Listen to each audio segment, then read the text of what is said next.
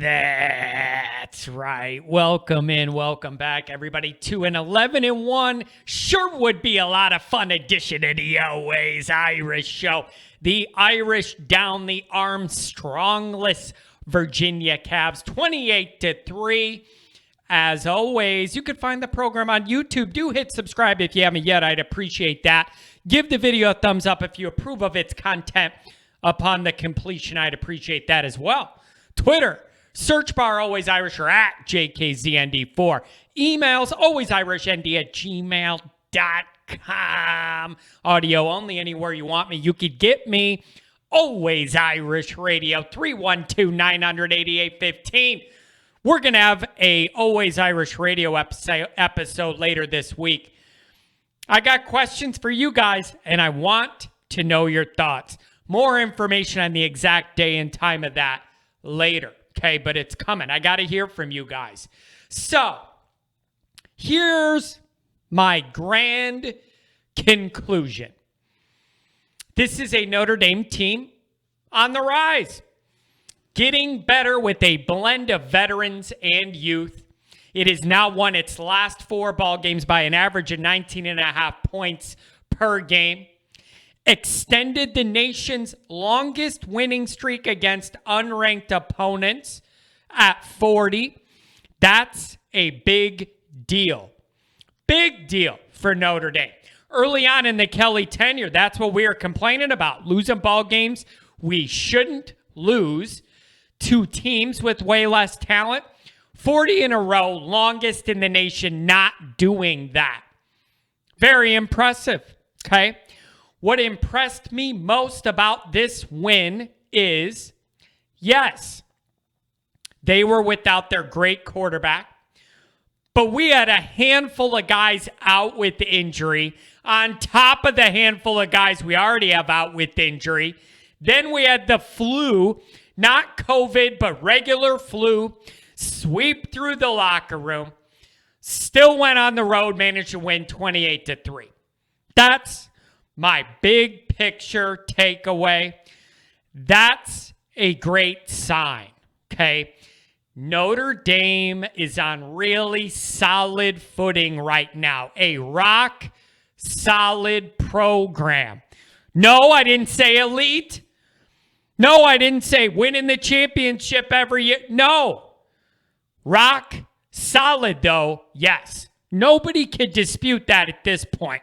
Notre Dame lover, Notre Dame hater, Brian Kelly lover, Brian Kelly hater.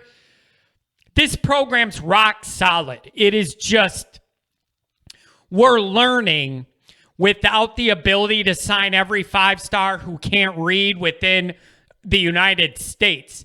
It's hard to get to that next level. But make no doubt about it, one thing I think we all can say we've learned this year is rock solid program. Rock solid. Not elite yet. Not elite right now.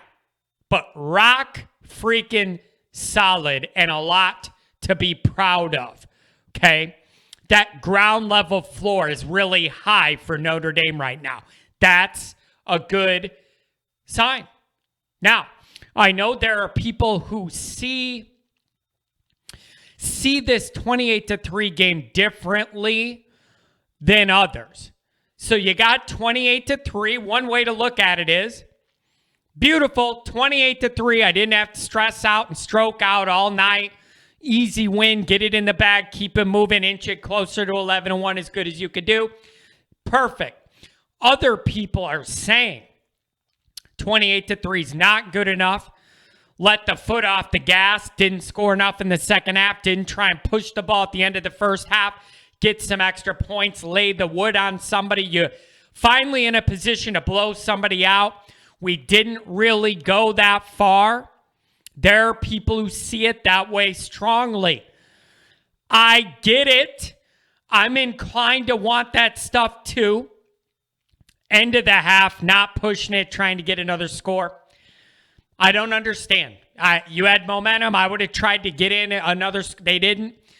Only one score against this horrible defense. The entire second half is not great. Just the one score. I get all that. But I think you have to look at the injuries. 4 captains were out, a bunch of 5 starters on defense, 4 captains were out. You got the flu, guys were sick. I just think there was a lot going on here behind the scenes that maybe the staff just wanted to get this win, get out of there, get healthy. Physically healthy, flu healthy, whatever. So I think there could be some reasons other than Brian Kelly's personality, which is already to not embarrass somebody, pile on the points. That's never been a Brian Kelly thing to do. And I understand that in this regard with the injuries and the illness going on. Maybe I'll give him that leeway a little bit. But there has to come a point in time here where that button gets switched. If you have any dreams at all of ascending to winning playoff game status, at some point in all this, in one of these years, a switch has to be flipped somehow, somewhere, by somebody that turns this from, we're just glad we won today, to just winning isn't enough. We want to win by 50, and we're going to play that way every game, the entire game. That mentality is required to win playoff games. That killer edge, killer mentality, just winning isn't enough. We need to destroy you. That mentality is required to be a champion. At what point does that switch get flipped for Notre Dame? Who has the power to do it? Is that purely a head coach thing? Can the players assume that and they make the switch themselves? How does that all look and how does it happen? Notre Dame's not there right now, but at some point, that killer switch has got to get flipped if you're ever going to bring this program from good, very top of the very good into elite. You got to turn into killers at some point. How and when does that transition occur? It's a big philosophical question I have. But I got to believe a part of the reason they weren't going balls to the walls here in this Virginia game, you only had a handful of receivers made the trip, 5 total, guys injured, guys sick. Maybe that's why they didn't push it. Do I love it? No. But at the same time, a part of me saying, I've been having a stroke all 4 quarters most of the year. Who the hell am I to complain about a 28-3 laugher? So there's all parts of this discussion that come together, and I think they're all fair. Okay? But in this game, lots of youth, lots of quality depth that showed up. Not only showed up, but showed up and played winning football. That is a great sign of things to come. Okay? There is a ton of young, good talent on this roster. More on the way. Team's in a pretty good spot overall if some things come together nicely. Now, this win has also sparked another new discussion, one that's been relatively non-existent until this weekend, and for good reasons. Should Notre Dame fans start thinking about the playoff? I know we lost Cincinnati. Everybody called timeout on that. One loss, it's to Cincy. We're out. Sure enough, we get to the second half of November. A lot of those teams in front of us still have to play each other, have other tough games. We're close enough in the window with that Oklahoma loss. That was a big domino that fell. Should Notre Dame fans start thinking about it? And what do you think? You want to get in as a 4, play Georgia as a 1? Do you think it's better off to play a Michigan team in a New Year's 6? What's best big picture for this program, right? Let's look at this playoff thing the way I see it sitting right now. It is very, very interesting. Oklahoma fell. You already knew the committee didn't think much of them. They fell. That's a big domino. That leaves you 3 Big Ten teams ahead of us in the playoff ranking, not the AP and the coaches. So those Big Ten teams, there's 3 of them for 1 spot. They're going to shake each other out. Looking at the remaining schedule, Cincinnati probably wins out. Oregon has Utah twice. Yet if you're Notre Dame and you want to make the playoff, you need them to lose. Probably Utah twice. Then if Georgia beats Alabama, they'd have 2 losses and they'd be out. That leaves Georgia, Cincinnati, Ohio State, and then who? 1 loss Notre Dame? I don't know. It seems like a lot needs to happen. At the same time, not that much needs to happen. So it's an odd place to be. It's an odd place to be. This was supposed to be a down year. We lost that ugly game to Cincinnati. The offensive line has struggles. We don't look that great. This team has gotten better. And I know the competition has gotten worse. We're not playing a lot of great teams the back end of this schedule. All you could do is win, and we keep winning. We keep winning. So, I don't know what to make of the playoff thing. Pete Sampson, Notre Dame's own Pete Sampson, everybody knows that name from Notre Dame media. He asked Twitter, would you rather Notre Dame make the playoff but lose to Georgia, or not make it but beat Michigan in a New Year's 6 game? I looked this morning, 10,000 votes almost. 72% want the Michigan win. Now, this is a very tricky, delicate question, and I could see certain merits of both sides. My initial inclination is, shouldn't you always want a shot at the national title if you're Notre Dame? What though the odds be great or small? We're too scared to the playoff. Put us in a smaller bowl? No, I have a hard time understanding this. The whole point of every team playing in any season is to be good enough to make the playoff. Then you ask Notre Dame fans a question, and almost 3/4 of them don't even want to play in the game. I know Sampson's question said you lose to Georgia. It didn't say you get to play them and then hope for the best. You lose to Georgia. It didn't say by how much. If that game's close or not makes a difference. But the whole point of all of this is to make it to that big dance. I can't imagine that you would get there and go, oh, no thanks, we're good. We don't want that challenge. That seems to fly in the face of all competitive nature and the whole reason teams play this sport, to get to that playoff. I can't imagine not wanting to try and engage that challenge. Now, on the other hand, realistically, nobody's going to say we're as good as Georgia. We'd probably be a 4 seed if we did make it in. Would it build more momentum to win that New Year's 6 game? Maybe.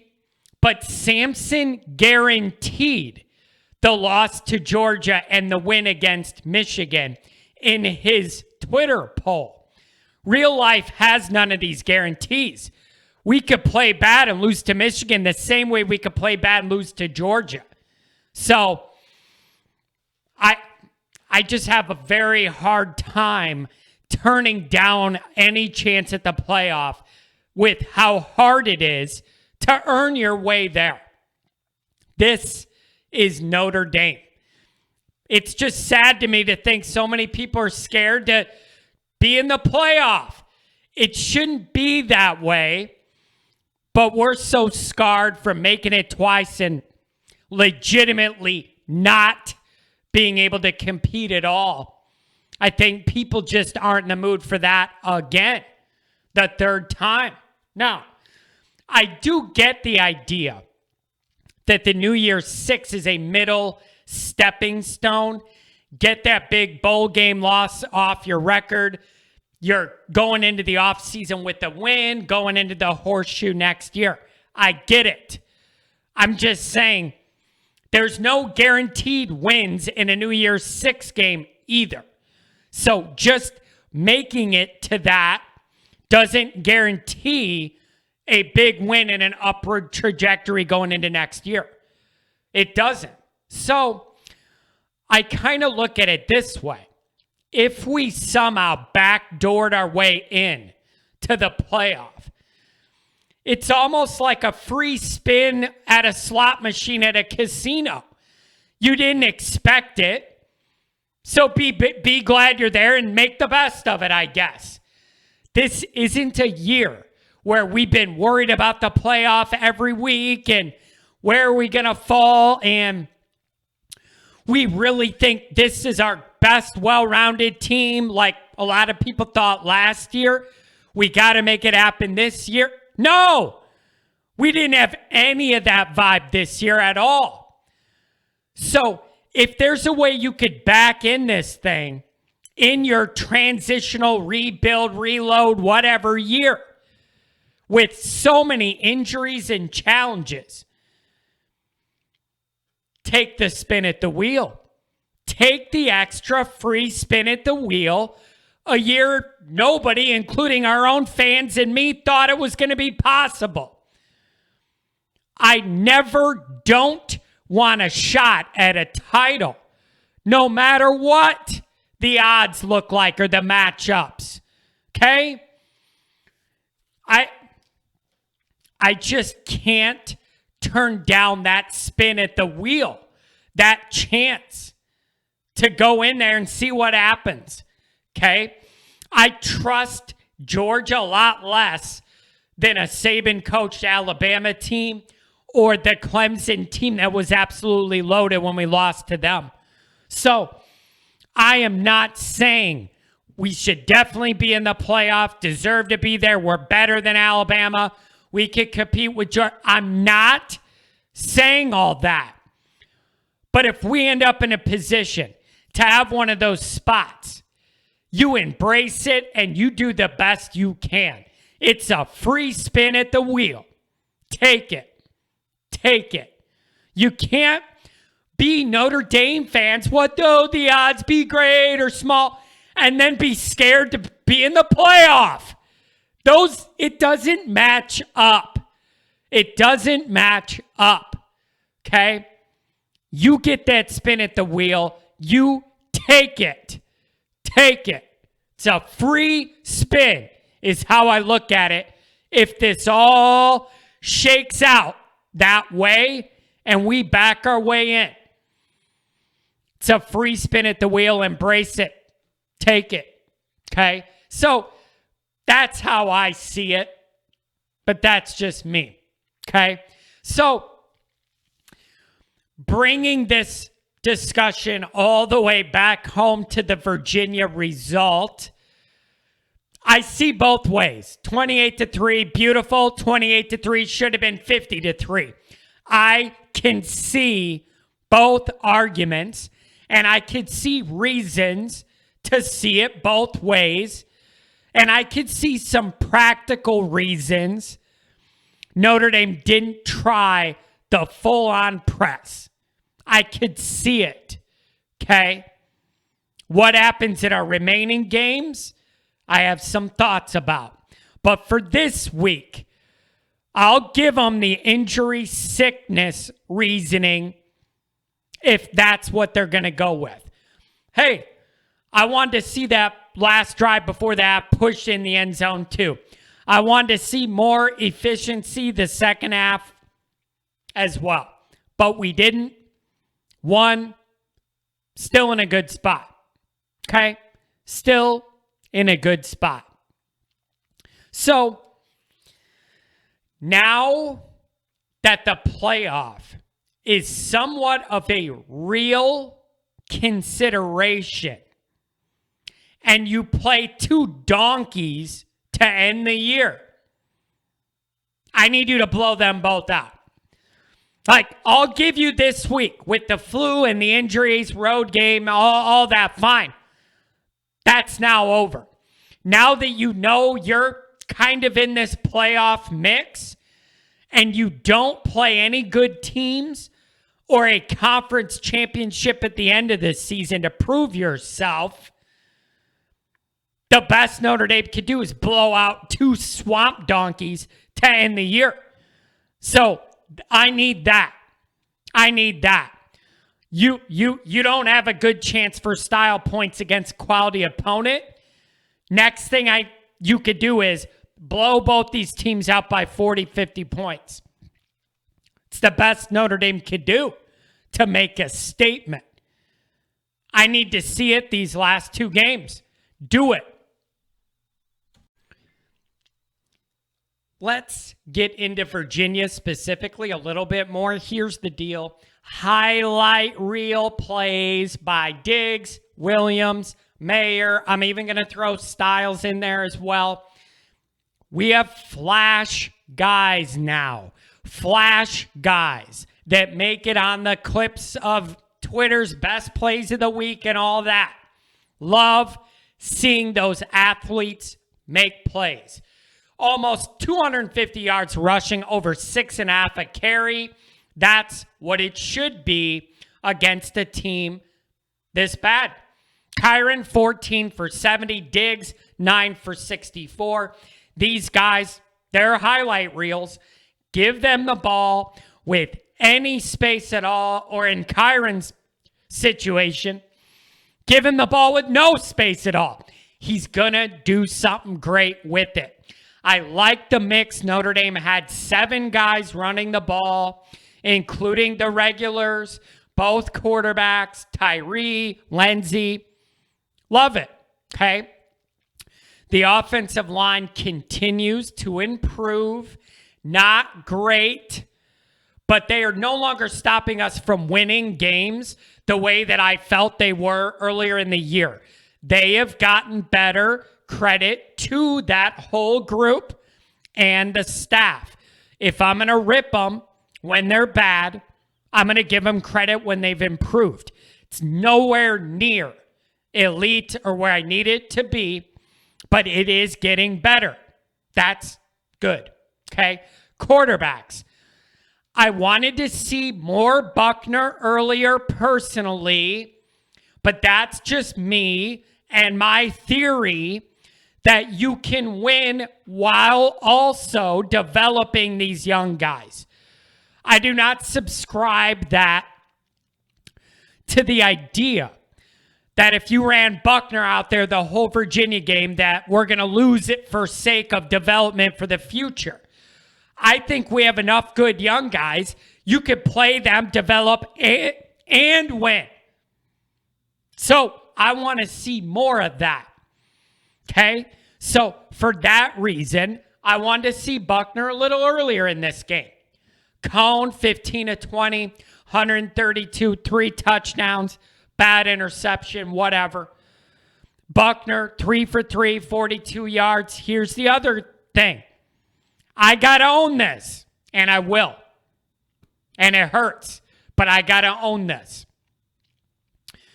To see the fumble between Buckner and Diggs on the goal line going in to score, that hurts to see. But I have to be willing to deal with it if I'm the one saying I want as many young guys out there all at once as possible. Guess what? This is the kind of mistake you get when you have a freshman quarterback and a freshman running back. I would much rather see this mistake now than in the horseshoe against Ohio State next year. Let this lesson in a blowout where it didn't kill us, let this lesson about the mesh point be learned now rather than at the horseshoe. This exact scenario is what I picture when I've been saying all year, get these young guys out here, get the mistakes out of the way before Ohio State. This is it. That's exactly what I have in mind. Would it be ideal if you had young guys who go out there and they're perfect and they're young, but they don't make mistakes? Yeah, that's not realistic. So me, Mr. Play your youth, I got to swallow this one hard and accept some of these freshman mistakes. I'm much more open to them now in a blowout than first quarter at the horseshoe next year. Okay? So that is a perfect instance of that development, get the mistakes out of the way now type stuff I always talk about. It hurts, but I got to be willing to deal with it in the eyes of future development down the road. Mayer, 7 receptions. I say it every week, folks. There's no amount of targets to him that is too many. Not possible. Not possible. Circus catch, guy in between. He's unbelievable. He's unbelievable. Austin, 3. Lindsey, 3. Williams, 2. One of the Austin ones was unbelievably athletic, and he got held. Okay?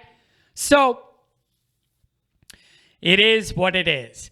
We see lots we like with this offense, some frustrations. It's just the way it is this year, man. Okay? Do you want more than 28 points? Yes.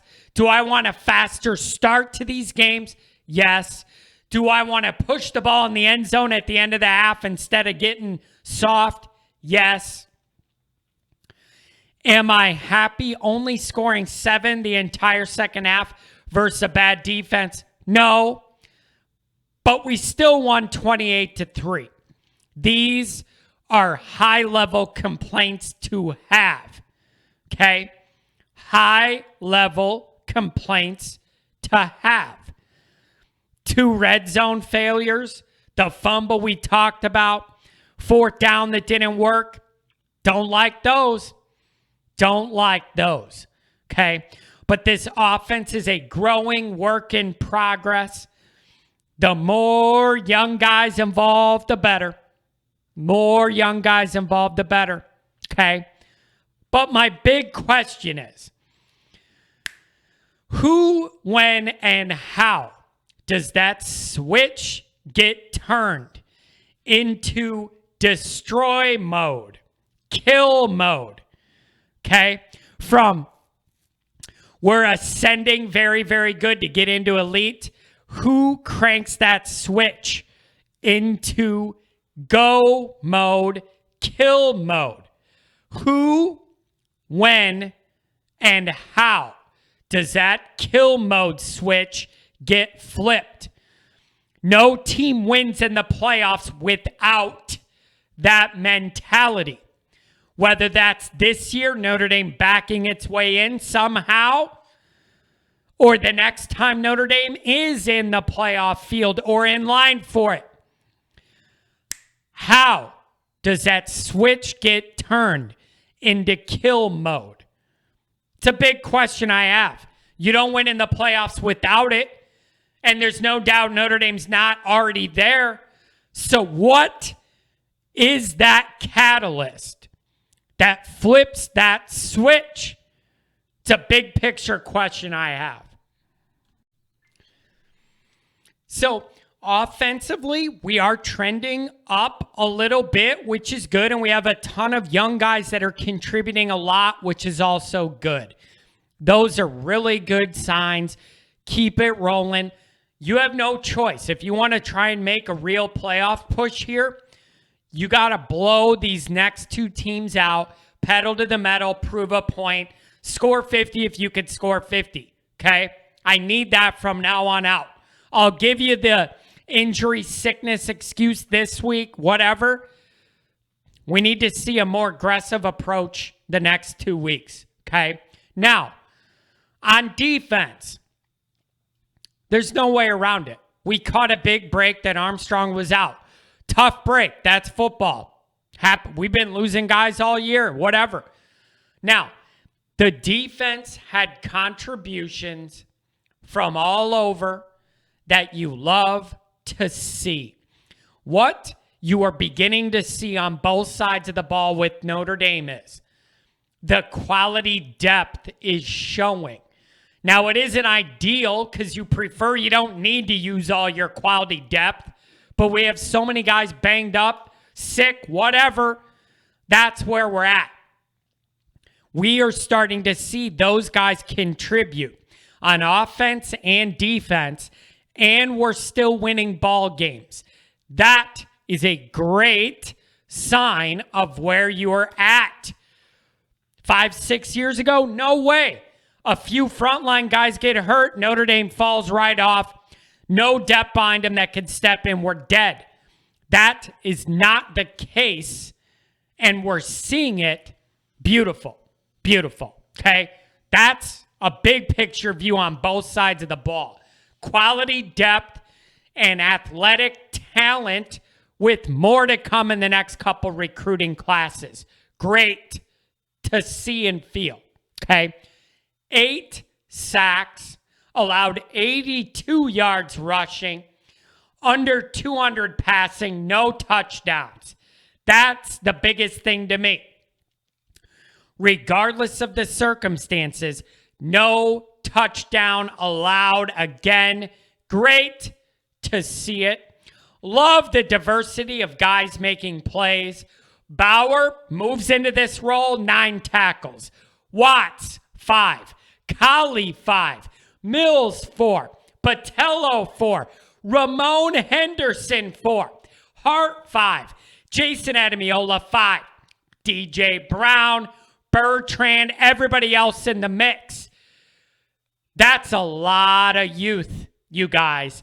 That's a lot of youth making big plays.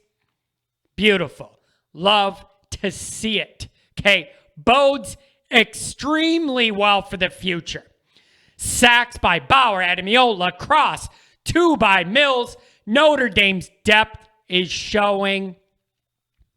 Specific shout-outs to Bauer and Ramon Henderson stepping into these roles when the team needed them, rising to the occasion, playing really good football.